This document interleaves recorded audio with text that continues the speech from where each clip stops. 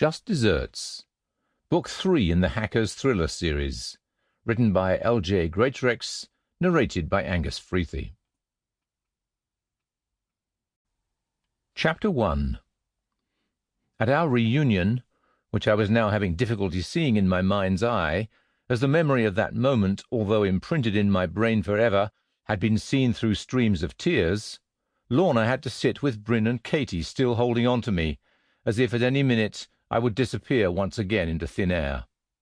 Her arms were reaching out to me, seeking reassurance that everything was now as it should be, our family complete once more, with Lorna's mum and dad and my dear friend Paul Max, all back together forever.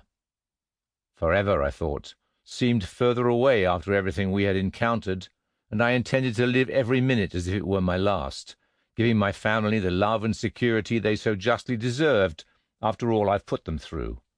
If it hadn't been for their loyalty and understanding, this moment would not have been possible, and I would be eternally grateful. In the quiet of the journey back, with Paul driving towards the ferry, just the hum of the engine and the children's excitement in the airport still ringing in my ears, I heard Bryn whisper, "This is totally awesome." He was looking through the window of the limousine, watching the Caribbean Sea and the white sands that stretched for miles ahead as we made our way along the headland. I was sitting still holding Lorna, her eyes larger than I remembered, and with that smile I had so many times tried hard to focus on during the agony which had then been my life, as it seemed to turn to dust in front of me. I was pleased when her mum broke the silence.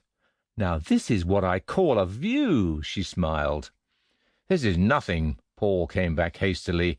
"Just wait until you see what Bill has in store for you. You'll be blown away." I was too content to say anything, as I had everything I could have wished for right here in this car to even think of what was to come. Lorna's mum continued, "Bill, I can't tell you how happy Dad and I are being back together with you after all this time." I could see her looking at Lorna to see if talking was acceptable when the scale of the situation was so enormous. Silence must have seemed all we needed right now, but both Lorna and I smiled back with a look that said, "Everything and anything is acceptable right now." Talk or no talk, we were ecstatic and felt comfortable no matter what was said or what happened right at this moment. Bryn was jumping up and down as Paul guided the limousine carefully up the ramp and onto the ferry. "You can get out and look where we're heading," I said, finally finding my voice. "Hold my hand," Katy whispered, as we all moved to the side of the ferry to watch the island coming into view. "This is where we're going to live," I began, only being interrupted by Bryn.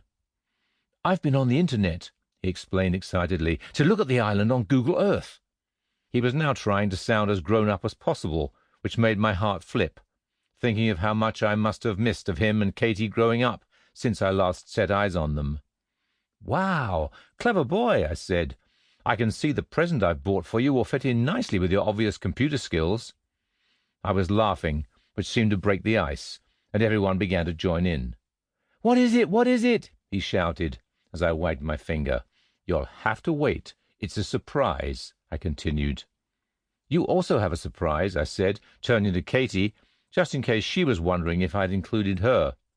She also tried to look as grown-up as possible as she replied, "I can wait," only smirking when Bryn said, "Well, I can't," at which Lorna joined in. "Well, you'll both have to wait, as Daddy is looking forward to seeing your faces when you open them," giving me a sideways look, which made me feel a real part of the family at last. As I held her hand more tightly, a warm feeling moved through my body. I began to think once more of the moment when Lorna and I would be alone. I will not only tell her how much I love her, but also show her just how real my feelings are for her. Looking back towards Grand Cayman, Lorna finally began to realize that this may be reality after all. The view of the big island that had inspired me on the many occasions as I had traveled back and forth was now being seen through fresh eyes. "I'm already looking forward to our trips back to Cayman," she was directing her conversation to her mum now. "I'm sure you are," her mum replied, "with all the wonderful shops to wander around." She quickly added, "And, of course, the cultural aspect," just in case Lorna's dad was listening, which he wasn't, as his focus was now on how clear the sea was. Sample complete. Ready to continue?